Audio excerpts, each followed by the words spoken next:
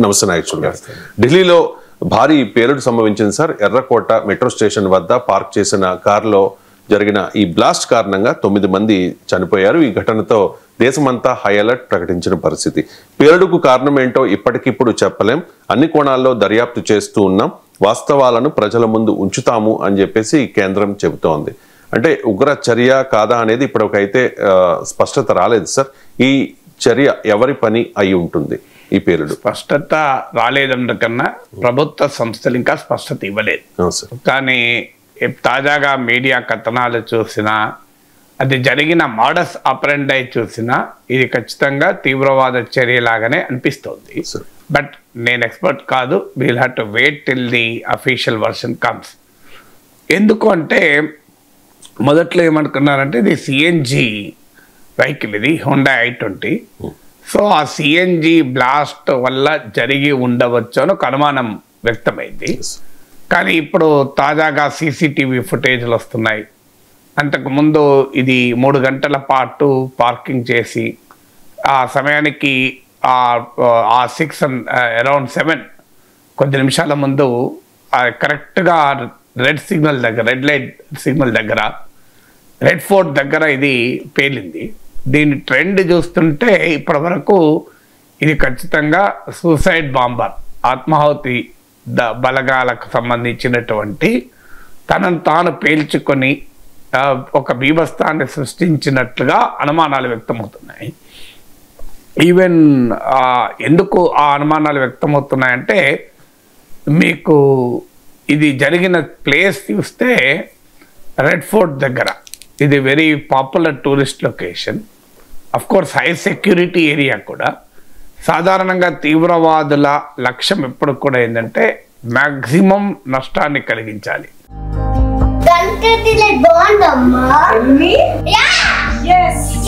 Country delight buffalo milk ని మా family వాళ్ళకి ఎప్పటి నుండో వాడుతున్నాను. ఈ పాల ఫస్ట్ యూజ్ నుండి నాకు దీనిపైన చాలా నమ్మకం వచ్చింది. Choose Country Delight and live better.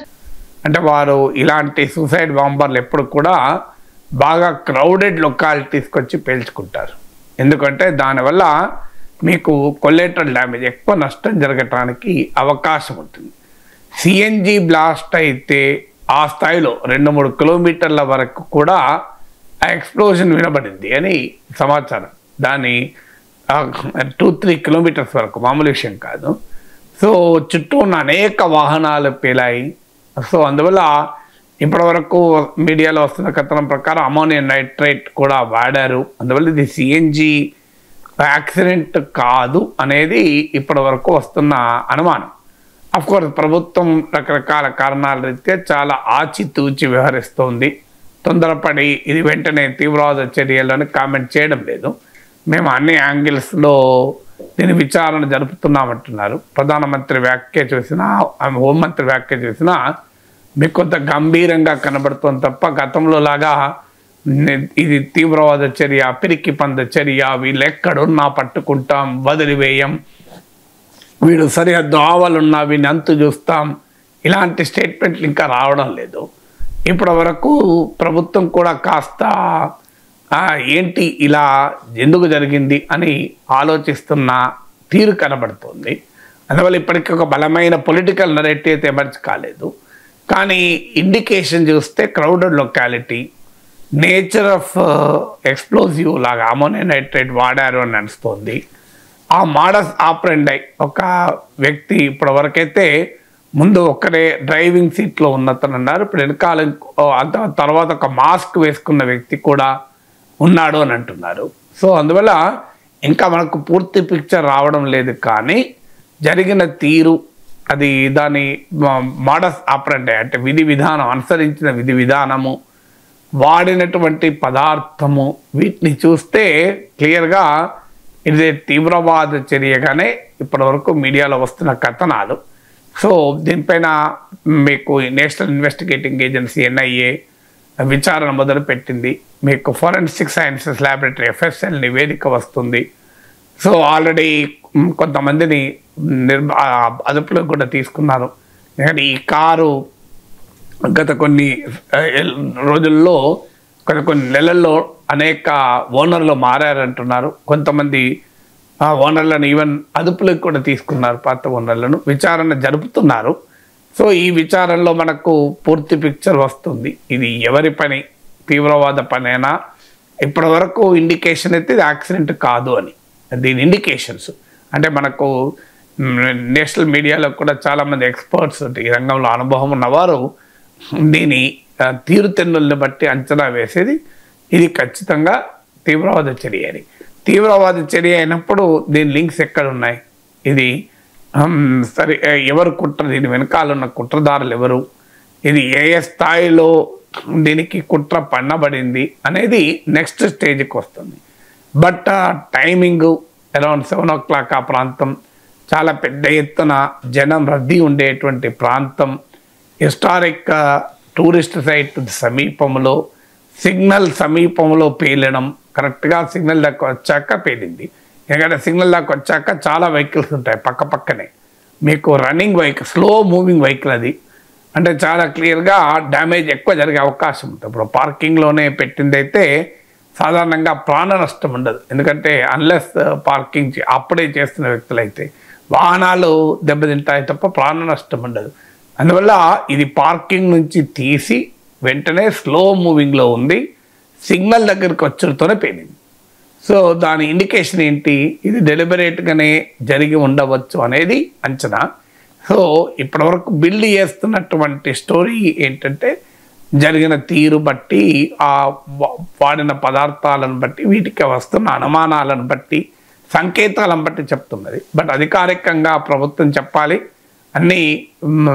ఇప్పటివరకు మనం కోరుకోవాల్సింది ఏంటంటే దీనిపైన చాలా ఫెయిర్ ఇన్వెస్టిగేషన్ జరగాలి, చాలా వేగంగా జరగాలి, దీని వెనకాలన్న కుట్రదారుల్ని పట్టుకోవాలి, శిక్ష విధించాలి. ఎందుకంటే చాలా దుర్మార్గమైంది.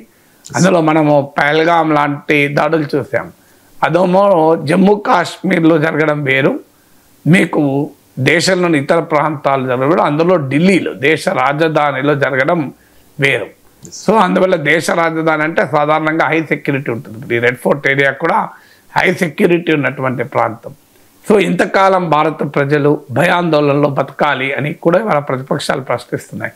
ఎందుకంటే హౌ లాంగ్, ఇప్పటిదాకా మనకు చెప్పింది ఏంటంటే ఇక తీవ్రవాదం పైన బ్రహ్మాండమైన విజయాన్ని సాధించామనుకుంటున్న సమయంలో, పాకిస్తాన్కు బుద్ధి చెప్పామనుకుంటున్న సమయంలో ఈ దాడి జరగడం అనేక ప్రశ్నలనైతే లేవనెత్తుతుంది. పొలిటికల్ ప్రశ్నలు, సెక్యూరిటీ ప్రశ్నలు లేవనెత్తుతుంది. ఇప్పటికైతే ఆ ప్రశ్నల కన్నా కూడా ముఖ్యమైనది ఎవరు దీని వెనకాల ఉన్నారు, వాడు ఎవడైనా ఉండనియండి, వాడిని సంగతి తేల్చాలి. ఇలాంటి ఘటనలు జరగకుండా కట్టుదిట్టమైన చర్యలు ఎలా తీసుకోవాలనేది ఆలోచించాలి. ఎందుకంటే మనకి ఇప్పుడు దీంతో పాటు ఇదే రోజు ఇవాళ పత్రికల్లో మనకు జమ్మూ కాశ్మీర్లో ఒక టెర్రర్ మాడ్యూల్ని ఛేదించారు ప్రభుత్వ భద్రతా సంస్థలు, 7గురిని అరెస్ట్ చేశారు, 3 టన్నుల ఎక్స్ప్లోజివ్స్ కూడా పట్టుకున్నారని. అది కనుక పట్టుకొని ఉండకపోతే ఆ 3 టన్నుల ఎక్స్ప్లోజివ్స్తో మీకు అనేక చోట్ల అనేక రోజుల పాటు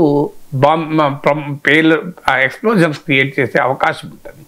ఎందుకంటే 3 టన్నులు 3 టన్స్ అంటే స్పెసిఫిక్గా చెప్పాలంటే 2900 kgs మామూలు విషయం కాదు అది. ఎందుకంటే భారీగా పేలుళ్ళు చేయడానికి ప్రమాదకరమైనటువంటి పరిస్థితి.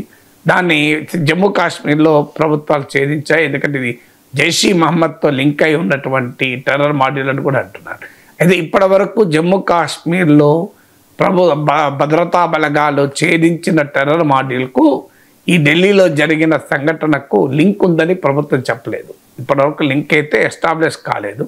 ఒకే రోజు జరిగే వరకు సహజంగానే ఈ రెండింటి మధ్య ఏమైనా సంబంధం ఉందా అనే ప్రశ్న ఉత్పన్నమవుతుంది.